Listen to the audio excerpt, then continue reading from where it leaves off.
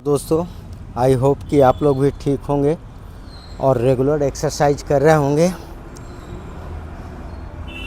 दोस्तों, सबसे पहले आप सभी लोगों को एडवांस में हैप्पी दिवाली। दिवाली की ढेर सारी शुभकामनाएं। दोस्तों, आज का वीडियो है दीपावली में। जानते ही हैं कि बहुत सारा घर का काम वगैरह रहता है, तो वही सब जितना भी एक्टिविटी हम किए हैं वो वीडियो आप लोग को दिखाने का कोशिश कर रहे हैं। देखिए दोस्तों, पैरालिसिस पेशेंट के लिए जो भी आप एक्टिविटी करते हैं, जो भी घर का झाड़ू बहाड़ू पोछा, वो सब एक्सरसाइज में ही आपको काउंट करना होगा। क्योंकि नॉर्मल आदमी तो ठीक है, कुछ भी कर लेता है, लेकिन अगर हम लोग पैरालिसिस पेशेंट अगर कुछ भी करते हैं, उसको आपको मान के चलना होगा कि हम एक्सरसाइज कर रहे हैं। तो देखिए दोस्तों, स्टॉक के 3 साल बाद आज पहली बार हम अपना गैरेज खोले हैं। मेरे पास 2 गाड़ियां थी, एक इंडिगो और एक टाटा नैनो। इंडिगो तो हम बहुत पहले 6 महीना के अंदर बेच दिए, लेकिन देखिए दोस्तों, ये पैरालिसिस होने के बाद शरीर का तो नुकसान होता ही है, साथ साथ संपत्ति का भी नुकसान होता है। तो देखिए क्या कंडीशन है। पूरे 3 साल के बाद पहली बार गैरेज खोले हैं, तो और गैरेज का साफ़ सफाई। अब 3 साल से हम कोई चीज़ भी नहीं कर पा रहे थे, कुछ भी चाह के भी। लेकिन इस बार मेरा ये था जिद कि इस बार हम पूरे गैरेज को या और जगह साफ़ सफाई करेंगे। तो दोस्तों, तन से ज़्यादा मन, जब मन आपका मजबूत होगा तो आप हर काम कर सकते हैं। इसलिए मन को मजबूत करना ज़रूरी है। और दोस्तों, हम तो टाटा मोटर्स में थे। एक रतन टाटा जी का एक बात हमको हमेशा याद रहता है, अगर पानी से नहाओगे तो लिबास बदलोगे, लेकिन अगर पसीना से नहाओगे तो इतिहास बदलोगे। इसलिए दोस्तों, पसीना बहाना है, अपने आप को रिकवर होने के लिए खूब मेहनत करना है, कोशिश करना है कि हम उतना रिकवर हो जाएं कि अपना देखिए कितना धूल जमा हुआ है गाड़ी में। इसको पूरा आज साफ़ करना है। दीपावली के अवसर पर हमको ये सब साफ़ करना है। अभी इसमें काफ़ी खर्च हुआ क्योंकि 3 साल लग गया, और मैनुअल गाड़ी होने के कारण हम चला भी नहीं पा रहे थे। अभी पूरी कॉन्फिडेंस से एक बार चलाए थे, लेकिन वो बार बार क्लच से पैर मेरा स्लिप हो जा रहा था और सेंसेशन नहीं रहने के कारण ये दिक्कत आ रहा था। लेकिन फिर भी अब हम सोच रहे हैं ये छोटी गाड़ी है, कहीं भी पार्क वगैरह करने में कोई दिक्कत नहीं होगा, और शायद एक बार हम फिर इसको गैरेज में भेज के और इसको रिपेयर करवा के हम कोशिश करेंगे कि इसको फिर से एक बार चलाने का। थोड़ा दिक्कत है कि मेरा घर के सामने जो भी रोड है काफ़ी बिजी रोड है, इसलिए दिक्कत होता है। कहीं खुला जगह है नहीं, जिसके कारण से हम गाड़ी निकाल नहीं पाते हैं। तो देखिए दोस्तों, ये समझिए कि जो भी आप काम करते हैं, ये समझिए कि एक्सरसाइज का ही पार्ट है। आपको इस तरह का एक्टिविटी करते रहना चाहिए। उसके बाद देखिए, शटर को पूरा पानी से धो रहे हैं। 2-3 दिन काफ़ी मेहनत करना पड़ा है। दिवाला निकल गया है दिवाली में, तो अपने आप को इस तरह का एक्टिविटी करते रहना चाहिए। अब कितना सोचते रहना है कि हम पैरालाइज है तो कुछ भी नहीं कर पाएंगे। अब कुछ न कुछ देखिए, बाइक भी मेरा ऐसे ही पड़ा। बाइक भी मेरा पल्सर बाइक है, जो कि वो भी हम चला नहीं, काफ़ी हेवी गाड़ी होने के कारण चला नहीं। देखिए मेरे घर के सामने कितना व्यस्त रोड है। ये आज संडे का छुट्टी का दिन था, इसीलिए थोड़ा कम ट्रैफिक है, नहीं तो बस घर से निकलिए और इतना ट्रैफिक। देखिए बाइक का भी कंडीशन क्या है, स्थिति ख़राब है। बाइक भी काफ़ी गंदा है मेरा, साइकिल बहुत दिनों से हम चलाए नहीं थे, लेकिन फिर दोनों को साफ करके धो धा के फिर हम कोशिश करेंगे। बाइक चलाने में है क्या कि जब मेरे पीछे कोई बैठा रहता तब, अब ऊपर टेरिस पे चले आए हैं, छत पे पूरे गमले को हटा हटा के उसको साफ़ कर रहे हैं। ये सब एक्टिविटी हम हमेशा करते रहते हैं, लेकिन इस बार दीपावली में कुछ ज़्यादा एक्टिविटी हो गया है। तो दोस्तों इस तरह का कोशिश ठीक है, सही से नहीं होगा, लेकिन कोशिश करते रहना चाहिए। पहले हमसे भी नहीं हो पाता था और हमेशा इनकार कर देते थे कि भाई हमसे नहीं होगा, लेकिन इस साल हम सोचे कि नहीं, इस साल जो भी काम है सारा काम हम करेंगे, साफ़ सुथरा साफ़ सफाई का जो भी काम अपने जिम्मे ले लिए। तो दोस्तों इस तरह का देखिए पूरा टेरिस को साफ कर रहे हैं। तो अपने आप को इन्वॉल्व रखना होगा, इस तरह का एक्टिविटी करके सोचने से कुछ नहीं होगा, करने से ही होगा। और जो भी हो, जिस कंडीशन में हो, उस कंडीशन में अपने आप को रिकवर करने के बारे में सोचना पड़ेगा और कुछ हमेशा नया नया एक्टिविटी करते रहना होगा। देखिए हम स्लीपर पहन के, मेरे लिए ये बहुत अचीवमेंट है कि हम स्लीपर पहन के सारा काम किए हैं। ठीक है, स्लीपर से हम बहुत अच्छा वॉक नहीं कर पाते हैं 1-2 किलोमीटर, लेकिन हम कोशिश अब मेरा रहता है कि ज़्यादा से ज़्यादा काम स्लीपर पहन के ही करने का। इसमें कामयाबी भी मिला है। थोड़ा दिक्कत होता है, ब्रेन और पैर में कोऑर्डिनेशन नहीं होने के कारण बार बार स्लीपर निकल जाता था, लेकिन अब धीरे धीरे स्मूथ होने लगा है। तो इस तरह का बहुत इस बार दीपावली में मेरे को मेहनत करना पड़ा है दोस्तों, और मेहनत से नहीं घबराना चाहिए। हम तो यही मान के चलते हैं कि भाई ये भी एक्सरसाइज का पार्ट है और एक्सरसाइज ही है। तो इस तरह का एक्टिविटी कीजिए। जो भी आप करते हैं, पैरालिसिस पेशेंट जो भी करेगा, अगर चम्मच भी उठाएगा, उठ के खड़ा भी होगा, 4 डेग चलेगा भी, वो एक्सरसाइज में ही काउंट होगा। कहीं भी जाएगा, कहीं भी कुछ भी करेगा, वो समझिए कि आपका रिकवरी का पार्ट है। तो इस तरह का एक्टिविटी करते रहना होगा आप लोगों को भी। हम तो यही उम्मीद करेंगे कि आप लोग भी इस तरह का, इससे 2 फ़ायदा है। एक कि घर वाले भी खुश रहेंगे कि चलो कुछ न कुछ एक्टिविटी, आप घर वाले को भी हेल्प कर रहे हैं। देखिए अब एक्सरसाइज भी हम थोड़ा थोड़ा एक्टिविटी के साथ साथ एक्सरसाइज भी करते रहते हैं, और ऐसा नहीं, ये काफ़ी टफ एक्सरसाइज है। अब देखिए ये एक्सरसाइज काफ़ी टफ है, ये कोशिश कीजिएगा आप लोग भी। ये बहुत टफ एक्सरसाइज है। तो एक्टिविटी के साथ साथ इस तरह का एक्सरसाइज भी करते रहना चाहिए, इसमें मज़ा आता है। अब लकवा पैरालिसिस को हम लोग को एंजॉय करते हुए इसको ठीक करना है और चैलेंज को एक्सेप्ट करना है। दोस्तों इस तरह का एक्टिविटी मेरा हमेशा होते रहता है।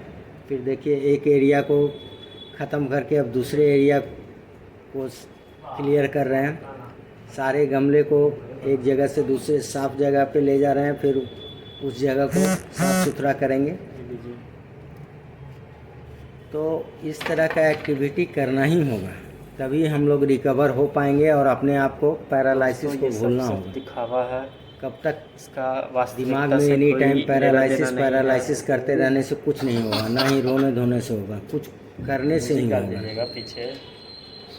और मेरा तो हमेशा यही रहता है कि हमेशा अपने लेवल को बढ़ाते रहते हैं। ये नहीं कि बस जितना हो गया, नहीं, अभी भी हम संतुष्ट नहीं हैं, अभी भी मेरा बहुत रिकवरी करना है। क्योंकि आप लोग देख रहे हैं कि हम अच्छा रिकवर कर गए हैं, लेकिन मेरे को पता है कि अभी मेरे को कहाँ कहाँ प्रॉब्लम है, तो हम वो सब उसको सुधार करने में लगे हुए हैं। और जब इतना सुधार हो गया है तो वो भी सुधार हो ही जाएगा। अब पैनिक नहीं होना है, और जो सुधार हो गया है उसको भी बचा के रखना है। कोई ऐसा एक्टिविटी भी नहीं करना है जिससे जो रिकवर हुए हैं वो बैक में चला जाए। अपने आप को बचाते हुए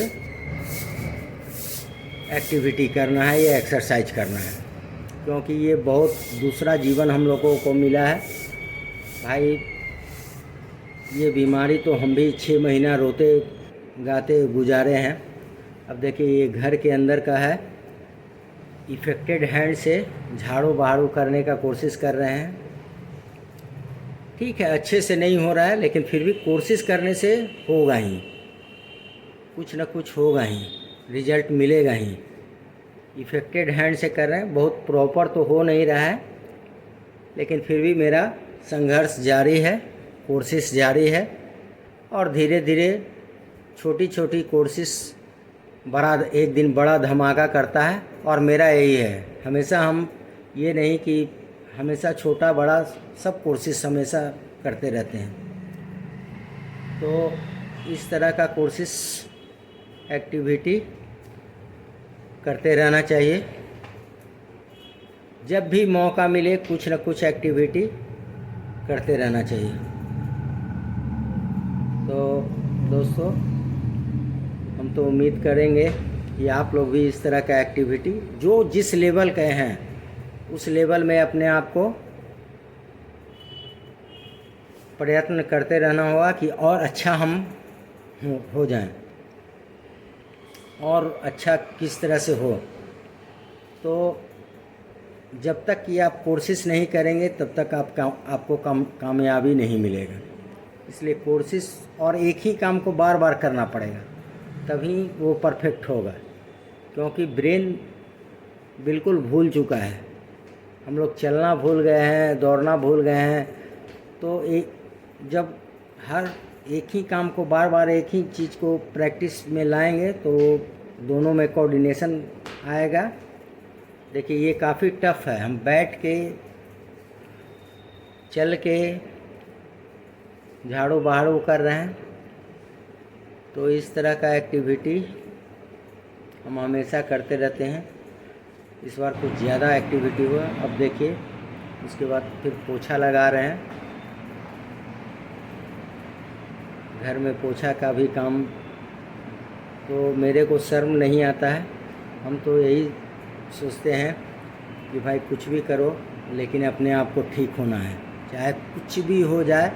पैरालिसिस को हराना है, हर हालत में, हर कीमत पे हमको फिर से वो नॉर्मल वाला ज़िंदगी जीना है। अभी 80% तो हम नॉर्मल ज़िंदगी में आ गए हैं, अभी 20%। जिस दिन अगर पेन मेरा और स्टिफनेस अगर ख़त्म हो गया, मतलब समझिए कि हम पूरी तरह से ठीक हैं, वही हमको अभी भी परेशान करता है। बाकी तो थोड़ा बहुत लगा रहेगा। जब इतना बड़ा बीमारी आया है तो भाई इतना अचीव कर लिए हैं तो वो भी हो जाएगा। तो जो भी हो, कोशिश जारी रखना चाहिए। इस तरह का एक्टिविटी करते रहना चाहिए।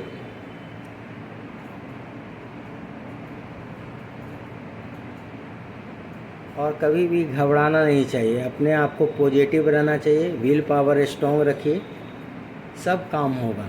जो आप पहले नॉर्मल लाइफ में किया करते थे वो सब होगा। इफ़ेक्टेड हैंड से भी पोछा लगाने का कोशिश कर रहे हैं, बहुत अच्छे से तो नहीं हो रहा है, लेकिन फिर भी कोशिश मेरा रहता है कि ज़्यादा से ज़्यादा इफ़ेक्टेड साइड का इस्तेमाल करें ताकि मूवमेंट बना रहे। तो इस तरह का कोशिश मेरा हमेशा रहता है कि करते रहें। दोस्तों, अब थक गए, थोड़ा एक केला खाने का कोशिश कर रहे हैं। इफेक्टेड हैंड से केला को पकड़े हुए हैं, सही वाला हैंड से केले के छिलकों को छील रहे हैं। इफेक्टेड हैंड से भी छीलने का कोशिश कर रहे हैं और इफेक्टेड हैंड से पकड़ के केला को खा रहे हैं। तो इस तरह ये भी एक एक्सरसाइज का ही पार्ट है। ऐसा नहीं है कि हम केला खा रहे हैं आप लोग को दिखा रहे हैं, नहीं, ये भी हमें एक्सरसाइज है, क्योंकि हैंड और केला में दोनों में कोऑर्डिनेशन बैठाए हुए हैं। अगर कस के दबा दिया जाएगा तो फिर केला पूरा ये हो जाएगा, बाहर निकल जाएगा। तो उतना ही भर पकड़ना है, अपने दोनों में ब्रेन और फिंगर में कोऑर्डिनेशन बैठा के करना है ताकि सही से केला खा सके। और मेरा तो 12 बजे से पहले फल का ही हम जितना हो सके रॉ मटेरियल खाते हैं, जितना कच्चा चीज़। अब देखिए इफेक्टेड हैंड से पपीता को पकड़े हुए हैं और सही वाला हाथ से चाकू से छील रहे हैं। ये हम फर्स्ट टाइम ट्राई कर रहे हैं, क्योंकि हम पपीता हमेशा छीले हैं, लेकिन हमेशा छीलने से छीले हैं, फर्श पे रख के छीले हैं। लेकिन इस बार हम कोशिश कर रहे हैं कि अपने आप को बैलेंस बना के इफेक्टेड हैंड से पपीता को, करीब 750 ग्राम का पपीता है, उसको पकड़े हुए हैं और चाकू से उसको छीलने का प्रयास कर रहे हैं। हमेशा स्लिप करने का डर लगा हुआ है, लेकिन ब्रेन और हैंड में, इफेक्टेड हैंड में कोऑर्डिनेशन बैठा के उसको स्लिप होने से बचा रहे हैं और छील भी रहे हैं। तो ये सब अचीवमेंट है, ऐसा नहीं है कि अचीवमेंट नहीं है। एक छोटा छोटा चीज़ भी मेरा कोशिश जारी रहता है। एक और अचीवमेंट है कि पहले नेल कटर से हम नाखून नहीं काटा, अभी इफेक्टेड हैंड से नेल कटर को पकड़े हुए हैं और सही वाला हाथ का नाखून हम काटने का कोशिश। बहुत अच्छा से तो नहीं हो रहा है, लेकिन फिर भी मेरा कोशिश जारी है और कर पा ले रहे हैं। थोड़ा मुश्किल है, बहुत टफ है। नेल कटर से इफेक्टेड हैंड से पकड़े हुए हैं और सही वाले हाथ का नाखून काट रहे हैं। काफ़ी प्रॉब्लम आया, लेकिन शायद अगर हम ये काम 1000 बार करेंगे तो शायद कुछ स्मूथनेस और अच्छी तरह से हम इसको नेल कटर को चला पाएंगे। तो मेरा हमेशा कोशिश रहता है कि कुछ न कुछ नया करने का और अपने आप को नया नया चीज़ सीखने का और करने का और उसमें कामयाबी हासिल करने का। इसमें बहुत फास्ट तो नहीं हो पा रहा है, लेकिन जो भी है स्लो पहले ट्राई तो शुरुआत तो किए हैं और हुआ भी है, कामयाबी मिला है। मान के चलिए कि 60-70% हम नाखून को काट पाए हैं। थोड़ा समय लगा है, देर हो लेकिन दुरुस्त हो, यही मेरा कामना है। तो दोस्तों आज का वीडियो यहीं पे समाप्त हो रहा है। आप लोग से उम्मीद करेंगे कि वीडियो को लाइक कीजिए, शेयर कीजिए और सब्सक्राइब कीजिए। जो लोग नए हैं वो इस चैनल को सब्सक्राइब कीजिए। जो किए हुए हैं उनके लिए भी, और जो नहीं किए हैं वो प्लीज़ सब्सक्राइब कर दीजिएगा चैनल को।